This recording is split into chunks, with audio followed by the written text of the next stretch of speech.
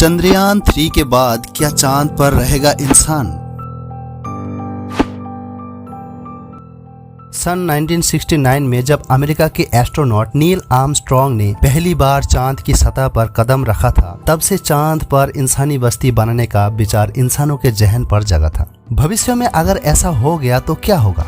आप इमेजिन करो कि आप चांद पर हो, जहाँ पे कम ग्रेविटी की वजह से आपका वजन बहुत कम हो गया है और आप उछल उछल कर चल रहे हो और एक एस्ट्रोनॉट की तरह अपना लाइफ जी रहे हो।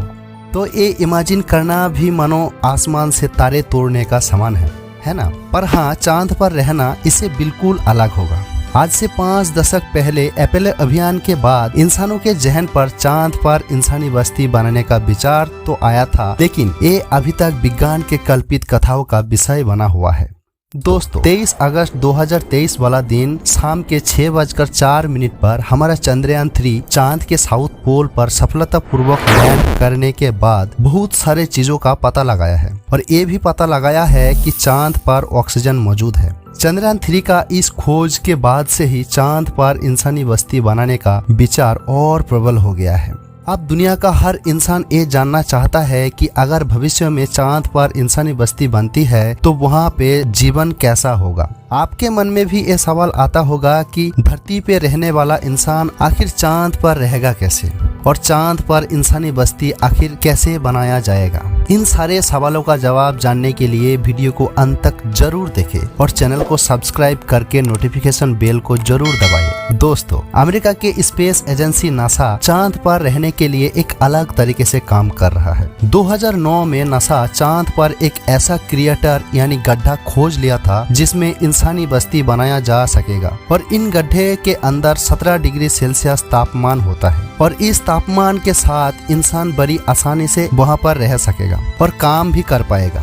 यानी भविष्य में ऐसे गड्ढे पर इंसानी बस्ती बनाना काफी आसान हो जाएगा। लेकिन वैज्ञानिक इस बात पर काफी हैरान है कि चांद पर पाए जाने वाले गड्ढे से ये गड्ढे बिल्कुल अलग है, क्योंकि दिन के समय यहाँ पे तापमान 50 डिग्री सेल्सियस से लेकर 60 डिग्री सेल्सियस तक होता है। ऐसे में यहाँ पे इस रहने वाला गड्ढा होना बहुत ही आश्चर्यजनक है। और हमारा चंद्रयान 3 ने भी ये पुष्टि किया है कि चांद की सतह पर 3 इंच के नीचे का तापमान -10 डिग्री सेल्सियस है और इस गड्ढे का तापमान बाकी गड्ढे से थोड़ा ही अलग है। अगर इन गड्ढे का तापमान स्थिर रहता है तो यहाँ पे इंसानी बस्ती बनाई जा सकेगा। वैज्ञानिकों ने ये बताया है कि अगर इन गड्ढे का अंदर जाने का रास्ता मिल जाए तो इनके अंदर एस्ट्रोनॉट अपने रहने का जगह निर्माण कर पाएगा। और चांद पे उल्का पिंड होता रहता है और यहाँ के रेडिएशन हर वक्त बढ़ता घटता रहता है। लेकिन अगर इन गड्ढे के अंदर इंसानी बस्ती बनाया जाए तो इन सब खतरों का कोई असर इन गड्ढे के अंदर नहीं पड़ेगा और ये चांद की सतह से ज्यादा सुरक्षित माना जा रहा है। हमारे वैज्ञानिक जिस तरीके से आगे बढ़ रहा है, हो सकता है अगले कुछ वर्षों में चांद पर इंसानों का रहने लायक बस्ती बनाने का सपना को पूरा कर पाए। लेकिन यहाँ पे सोचने वाला बात यह है कि सिर्फ रहने लायक बस्ती बनाने से ही इंसान वहाँ पे नहीं रह सकता है, क्योंकि इंसान को जिंदा रहने के लिए चाहिए होता है खाने के लिए रोटी और पीने के लिए पानी। और चांद पे ये सब कैसे संभव हो पाएगा? यानी चांद पे खाना और पानी कहाँ से आएगा? आपको जानकर खुशी होगी कि चांद पर जिंदा रहने के लिए खाने का व्यवस्था भी वैज्ञानिकों ने कर लिया। ये सुन के आपके मन में बहुत सारे सवाल आ रहे होंगे, जैसे कि हम सब जानते हैं कि खाना धरती पे खेती करने से ही आता है, क्योंकि अगर फसल उगाई नहीं गया तो खाने का कुछ भी चीजें नहीं आएगा। यानी खाने के लिए पहले तो हमें फसल उगाना पड़ेगा और फसल उगाना तो धरती पर ठीक है, लेकिन चांद पर फसल उगाना कैसे संभव हो पाएगा? तो आपके जानकारी के लिए बता दूं कि 2014 में एक रिसर्च में पाया गया था कि चांद की मिट्टी पर फसल उगा पाना मुमकिन है। यानी आप चांद पर रहकर चांद की सतह में फसल उगा पाओगे। और इस रिसर्च के बाद चीन ने चांद पर सरसों और आलू का खेती भी कर चुका है। ये सब रिसर्च और चीन की खेती को देखकर ये पता चलता है कि चांद पे इंसान को खाने के लिए कोई परेशानी नहीं होगी, क्योंकि आप यहाँ पे फसल उगा पाओगे। दोस्तों, खाने के लिए रास्ता तो मिल गया, लेकिन पीने के लिए पानी कहाँ से आएगा?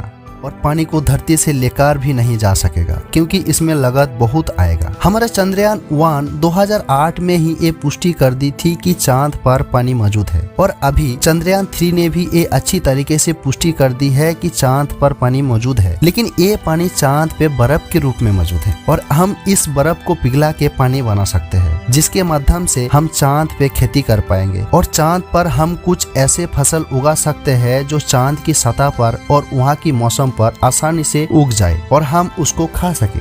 चलो, खेती करने के लिए पानी तो मिल गया, लेकिन पीने के लिए पानी तो चाहिए ना। चांद पर जो पानी मौजूद है क्या उसे पिया जा सकेगा? दरअसल चांद पर सूरज की ओर उत्सर्जित किए हुए प्रोटॉन्स चांद की सतह पर आते रहते हैं और ये माना जा रहा है इसमें से कुछ प्रोटॉन्स चांद की मिट्टी में ऑक्सीजन की अणु के साथ मिलकर पानी बनता है। लेकिन आपको ये जानना जरूरी है कि ये पानी वैसा पानी नहीं है जैसे हमारे पृथ्वी में पीने वाला पानी है और ये पानी भी बहुत कम मात्रा में है। इसका मतलब ये हुआ कि चांद की जमीन हमारे धरती के रेगिस्तान से कहीं गुना सूखा पड़ा है। इसके अलावा पीने का पानी के लिए और एक तरीका है और वो है आपका पेशाब। जी हाँ दोस्तों, आपने सही सुना, हैरान मत होइए, ये बिल्कुल सच है। अंतरिक्ष यात्री भी इंटरनेशनल स्पेस स्टेशन में रिसाइकिल किए गए पेशाब को पानी में परिवर्तित करके पीते हैं। ऐसे ही आप चांद पे पेशाब को रिसाइकिल करके पीने के लिए कन्वर्ट कर सकते हो। एक और चीज है जिसकी आपको काफी फिक्र करना होगा और वो है चांद पर मौजूद धूल। और ये धूल चुंबक के तरह है जो सभी जगह पहुंच जाते हैं। ये आपके सूट पर लगेगा और त्वचा पर भी लगेगा। अंतरिक्ष यात्री को इससे एलर्जी भी हो चुका है और ये माना जाता है कि ये बहुत खतरनाक होता है, यानी अगर आप इसे गलती से निगल लेते हो तो बहुत बड़ा समस्या हो सकता है। लेकिन चांद में मौजूद इस धूल की चिंता केवल इंसानों तक सीमित नहीं है। ये धूल मशीनों के अंदर भी जा सकता है और मशीन की सेंसिटिव पार्ट्स का नुकसान भी पहुंचा सकता है और इन सारे समस्या का हाल हमें चांद पर रहकर ढूंढना होगा। अमेरिका के स्पेस एजेंसी नासा चांद पर रहने के लिए अलग तरीके से काम तो कर रहा है। जैसे कि हमने जाना, नासा ने चांद पर रहने लायक जगह ढूंढ लिया है, लेकिन वो जगह गड्ढे के अंदर है। तो क्या चांद पर इंसानी बस्ती चांद की सतह के ऊपर नहीं बनाया जा सकेगा?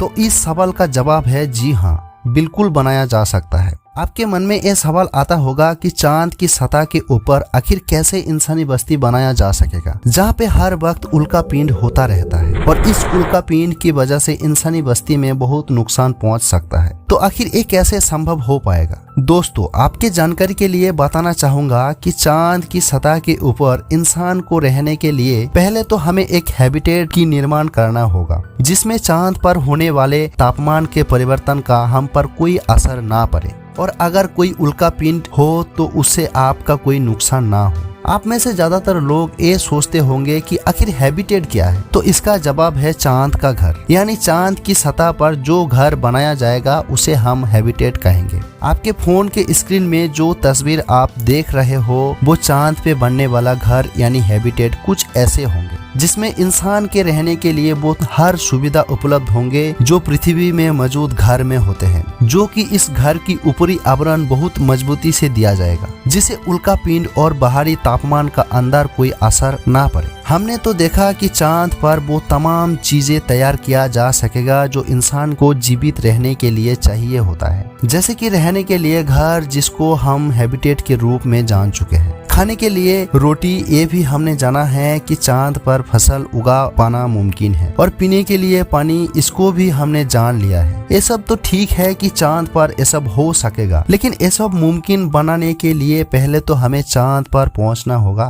तो आखिर इंसान को कैसे चांद पर भेजा जाएगा? जैसे कि हमने देखा कि चंद्रयान 3 चांद पर पहुंचने में पूरा 40 डेज लगाए थे और एक इंसान के लिए इतना दिन स्पेस में ट्रैवल करना बहुत मुश्किल होगा। तो आपके जानकारी के लिए बता दूं कि जिस प्रकार से चंद्रयान 3 को चांद पर भेजा गया उस प्रकार से इंसान को चांद पर नहीं भेजा जाएगा, क्योंकि अमेरिका ने पहले ही चांद पर इंसान को भेज चुका है और उस मिशन को चांद पर पहुंचने में 3 दिन लगे थे। आपके मन में ये सवाल आ रहा होगा कि ऐसा क्यों है कि चंद्रयान 3 को 40 डेज चांद पर पहुंचने में क्यों लग गया? तो इसके ऊपर मैंने पहले से ही वीडियो बना के रखा है, डिस्क्रिप्शन में लिंक है, जाकर वीडियो को जरूर देखिए। जैसे कि हमने जाना है कि नासा के स्पेस क्राफ्ट के जरिए चांद पर 4 दिन में पहुंचा जा सकेगा 4 दिन के बाद हम चांद की सतह पर होंगे। अब समय आएगा चांद की सतह पर बाहर निकल के चांद पर रहने के लिए घर बनाना, खाने के लिए इंतजाम करना, पीने के लिए पानी का खोज करना। अब वो सब कुछ करना होगा जो हम पहले ही जान चुके हैं। याद रखिए, चांद की सतह पर उतरने से पहले हमें स्पेस सूट जरूर पहनना होगा, और अगर हमने गलती से स्पेस सूट नहीं पहना तो बिना स्पेस सूट के हम चांद की सतह पर 30 सेकंड से ज्यादा जिंदा नहीं रह सकेंगे।